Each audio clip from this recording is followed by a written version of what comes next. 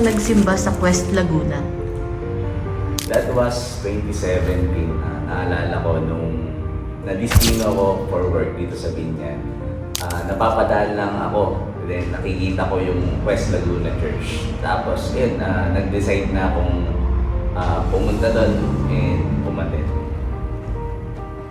Paano ka winelcome ng church sa journey mo as a faith seeker?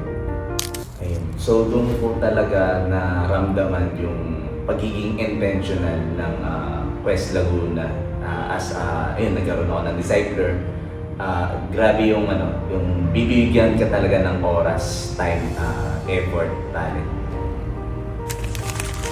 From visitor to full-timer servant sa church, bakit mahalaga ang commitment sa isang follower? Mahalaga ang commitment sa isang follower kasi ito yung ito yung ginawa ng Diyos eh. Tinubos niya ako, minahan niya ako, niligtas niya ako. So, ang commitment ko sa Kanya is mahalin siya at mahalin din yung mga taong pinagkatiwala niya sa akin.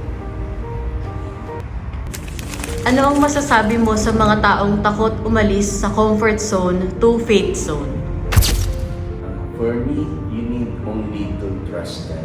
Through His Word, yun lang talaga yung pinangahawakan ko. Kasi pagka Word at salita ng Diyos, talagang sure yun.